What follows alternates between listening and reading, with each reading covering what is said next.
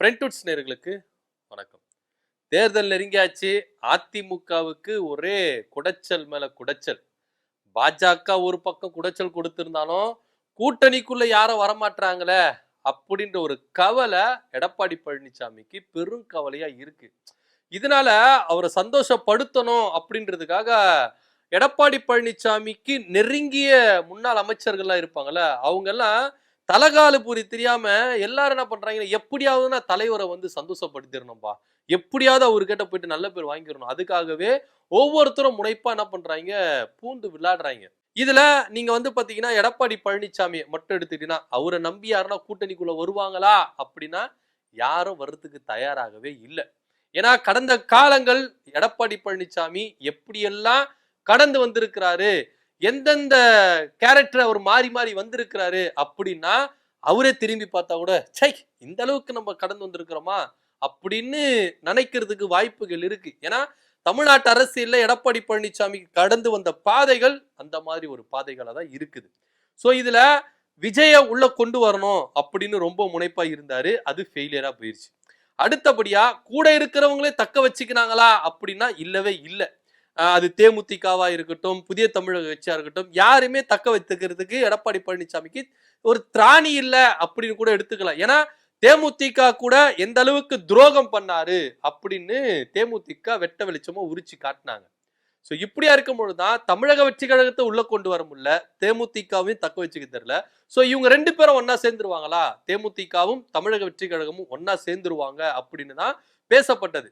ஆனா நேற்று தினத்துல பிரேமலதா விஜயகாந்த் அவர்கள் ஒரு விஷயத்த ஓப்பனா வந்து என்ன பண்ணிட்டாங்க சொல்லிட்டாங்க. தேமுதிக தமிழக வெற்றி கழகத்தோட கூட்டணி இல்ல அப்படின்னு சொல்லிட்டாங்க. ஆனா அவங்க என்ன சொன்னாங்கன்னா, நாங்க எந்த கூட்டணியில அங்க வகிக்கிறோமோ அந்த கூட்டணி வெற்றி பெறும். அது மாத்திரமில்ல அவங்க கட்சி ஆலோசனை கூட்டத்துல எல்லாரையும் பார்த்து என்ன சொல்லியிருக்காங்க, நீங்க அமைச்சராக போறீங்க அப்படின்னு தங்களுடைய நிர்வாகிகளை உற்சாகப்படுத்தியிருக்கிறாரு பிரேமலதா விஜயகாந்த் அவர்கள்.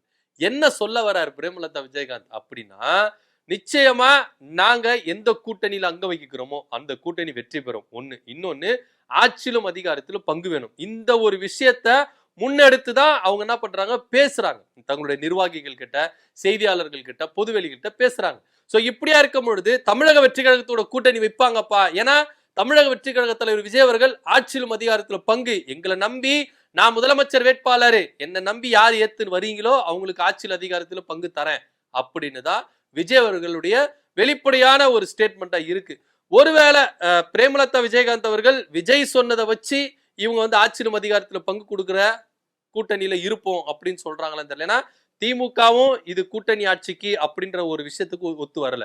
இங்க அதிமுகவும் அந்த விஷயத்துக்கு ஒத்து வரல. பாஜக என்னதான் இங்க கூட்டணி ஆட்சி அமைப்போம் அப்படின்னு ஓயாம கத்திக்கிட்டு இருந்தாலும் எடப்பாடி பழனிசாமிக்கு இன்னும் அதுக்கு பிடி கொடுத்து வரல. அப்படியே இருக்கும்போது அப்போ யாரு கூட தேமுதிக கூட்டணி அமைப்பாங்க? ஏன்னா எம்எல்ஏவாக போறீங்க, அமைச்சராக போறீங்க, இந்த அளவுக்கு உற்சாகப்படுத்துறாங்களே அப்படின்னா தமிழக வெற்றி கழகத்தோட தான் அப்படின்னு சொல்லாம சொல்றாங்க அப்படின்னா. ஆனா அதுவும் கிடையாது, தமிழக வெற்றி கழகத்தோட கூட்டணி கிடையாது, எங்களுடைய நிலைப்பாட்டை ஜனவரி மாசம் அனௌன்ஸ்மெண்ட் பண்றோம் இப்படிதான் சொல்லிட்டு வந்தாங்க. உடனே மதுரையில அவங்க பிரச்சாரங்கள் கூட்டங்கள்ல ஈடுபட்டு இருக்கும் போது ஆர்பி உதயகுமார் தேமுதிக பொதுச் செயலாளர் பிரேமலதா விஜயகாந்த் அவர்களை சந்திச்சிருக்கிறாங்க. இது அரசியல் நிகழ்வு அப்படின்னு தான் எல்லாருமே சொல்றாங்க. ஏன்னா விஜய் கூட கூட்டணி இல்ல அப்படின்னு சொன்ன அடுத்த கணமே ஆர்பி உதயகுமார் போய் என்ன பண்றாரு, பிரேமலதா விஜயகாந்த் அவர்களை சந்திக்கிறாரு. ஏன்னா கூட்டணிக்குள்ள வாங்கம்மா, எங்களுக்கு காப்பாத்துறதுக்கு எப்படியாச்சுன்னா கரை சேர்றதுக்கு கொஞ்சம் உதவி பண்ணுங்கம்மா, உங்களை விட்டா யாருமா எங்களுக்கு இருக்கிறா அப்படின்னு கதற ரேஞ்சுக்கு ஆர்பி உதயகுமார் போறாரு. ஒரு காலகட்டத்தில் அதிமுக பெரும் கட்சியா இருந்தது. அதிமுக கூட கூட்டணி வைக்கணும் அப்படின்னு பல பேர் என்ன பண்ணாங்க தேடி வந்தாங்க. ஆனா இப்போ அது தலைகீழ மாறி இருக்கு. ஒவ்வொரு சின்ன கட்சியோ பெரிய கட்சியோ வாக்கு வங்கி இல்லாத கட்சியோ எதுவா இருந்தாலும் அதிமுக ஒவ்வொருத்தருக்கிட்டையும் போய் என்ன பண்றாங்க, கெஞ்சி கூத்தாடுறாங்க. எங்க எடப்பாடி பழனிசாமி எப்படியாவது காப்பாத்தி விட்டுருங்க, 2026ல அவர் எப்படியாவது நான் முதலமைச்சர் ஆயிரணும், கொஞ்சம் ஹெல்ப் பண்ணுங்க அப்படின்னு கதறாங்க. கொஞ்ச நாளைக்கு முன்னாடி விஜய் கிட்ட கதறுன்னு கதறினாங்க.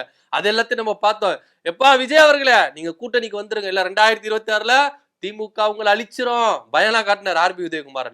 இப்போ தேமுதிக வாசல்ல போய் என்ன பண்றாரு நிக்கிறாரு. ஒரு காலகட்டத்துல தேமுதிக ஜெயலலிதா வீட்டு வாசல்ல நின்னுந்தாங்க. இன்னைக்கு அதிமுக தேமுதிக வாசல்ல போய் நிக்கிற நிலைமை வந்துருச்சு. இதுக்கெல்லாம் யார் காரணம்னா எடப்பாடி பழனிசாமி தான் அப்படின்னு இது குறித்து ஓபிஎஸ் ஐயாவோ டிடிவி தினகரனோ எல்லாருமே என்ன பண்ணிருக்காங்க, கடுமையா விமர்சிச்சிருக்காங்க. அதிமுகன்ற ஒரு கட்சி கூட்டணிக்காக போய் கையேந்திர நிலைமைக்கு கொண்டு வந்து நிப்பாட்டிட்டாரே எடப்பாடி பழனிசாமி அப்படின்னு தன்னுடைய கண்டனங்களை முன்வைத்தாங்க.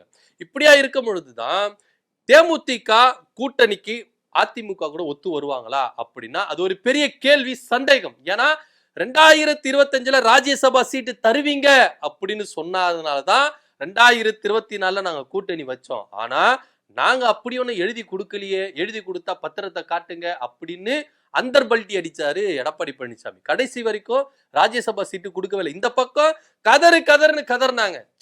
எல்கே சுதீஷ் முதற்கொண்டு, அதே போல விஜய் பிரபாகரன் முதற்கொண்டு, பிரேமலதா விஜயகாந்த் முதற்கொண்டு எல்லாருமே கதறாங்க. எடப்பாடி பழனிசாமி நம்பிக்கை இருக்கு, எங்களுக்கு தந்துருவாரு, எங்களுக்கு தரன் வாக்குறுதி கொடுத்தாரு, ஆனா இப்படி கைய விட்டுட்டாரே அப்படின்னு கதறு. ஆனா இருந்தாலும் மனுஷ காதுலயே போட்டுக்கல. ராஜ்யசபா சீட்டு 2 அதிமுகவுக்கு தான் அப்படின்னு அதிமுகவை அனுப்பி விட்டாங்க. இப்போ துரோகம் பண்ணிட்டாங்க. திரும்பவும் எடப்பாடி பழனிசாமிய எப்படி நம்பி நான் உள்ள வருது, எனக்கு பதில சொல்லுங்க அப்படின்னு பிரேமலதா விஜயகாந்த் அதிமுக இருக்கிற நிர்வாகிகளை கேள்வி கேட்பாங்களா மாட்டாங்களா அப்படின்னு ஒரு கேள்வி இருக்குல்ல, நிச்சயமா கேட்பாங்க.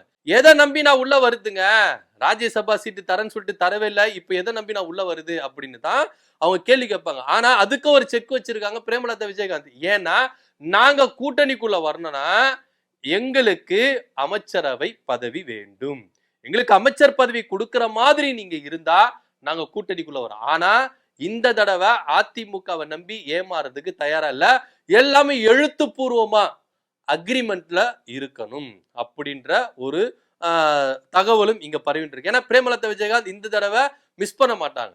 ஏன்னா கடந்த தடவை நீங்க பிரேமலதா வச்சுக்கிட்டு நீங்க வட மாவட்டங்கள் எந்த அளவுக்கு நீங்க வாக்குகளை சேகரித்தீங்க அப்படின்றது தேமுதிகவுடைய நிலைப்பாடு. இப்படியா இருக்கும் பொழுதுதான் தேமுதிக இந்த தடவை ஏமாற மாட்டாங்க, எங்களுக்கு எழுத்துப்பூர்வமா சாட்சிகளோட எல்லா ஆதாரத்தோட எங்களுக்கு நீங்க எழுதி கொடுங்க, நாங்க உங்களுக்கு கூட்டணிக்கு சப்போர்ட் பண்றோம் அப்படின்னு சொன்ன தகவலும் இங்க இருக்கு. ஆர்பி உதயகுமார் இப்போ பிரேமலதா விஜயகாந்தை சந்தித்ததுக்கான காரணமும் இந்த கூட்டணி பேச்சுவார்த்தைகள் தான் அப்படின்னும் இங்க சொல்லப்படுது.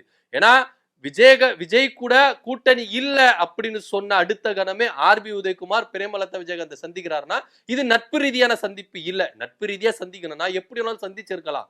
ஆனா இப்போ இவரா தேடி போய் சந்திக்கிறாரு பிரேமலதா விஜயகாந்த் அப்படின்னா இது அரசியல் சம்பந்தப்பட்டது, கூட்டணி சம்பந்தப்பட்ட சந்திப்பு அப்படின்னு. இங்க தேமுதிகவுடைய நிலைப்பாடு என்னன்னா, நாங்க எந்த கூட்டணியில அங்க வகிக்கிறோமோ நிச்சயமா அந்த கூட்டணி வெற்றி பெறும், எங்களுக்கு அமைச்சர் பதவி வேணும், அது 1 2 அப்புறமேட்டு நம்ம டிசைட் பண்ணிப்போம், ஆனா அமைச்சரவையில எங்களுக்கு கண்டிப்பா பங்கு வேண்டும் அப்படின்ற ஒற்றை கோரிக்கையில தான் இவங்க கூட்டணி அமைக்க போறதா தகவலும் வந்துட்டு இருக்கு. எடப்பாடி பழனிசாமி கூட்டணி ஆட்சிக்கு ஒத்து வர மாட்டாரு, ஏன்னா பிஜேபியே கூட்டணி ஆட்சி தான் அப்படின்னு சொல்லிட்டு வந்தாலும் இங்க கரர் காட்டுனவர் தான் எடப்பாடி பழனிசாமி. சோ இப்படியா இருக்கும் பொழுது பிரேமலதா வைக்கிற கோரிக்கைகளுக்கும் எடப்பாடி பழனிசாமி செவி சாய்ப்பாரானா நிச்சயமா சாய்க்கிறதுக்கு வாய்ப்பு உண்டு. ஏன்னா அவர் ஆதாயத்துக்காக காலை பிடிப்பாரு, ஆதாயம் முடிஞ்சிட்ட பிறகு காலவாரி விடுவாரு அப்படின்னு தானே எடப்பாடி பழனிசாமிக்கு அதிமுக இருக்கிறவங்களே நிறைய பேர் சொல்றாங்க. துரோகத்துக்காக நோபல் பரிசே கொடுக்கலாம்பா எடப்பாடி பழனிசாமிக்கு அப்படின்னு கூடவே சுத்தி இருந்த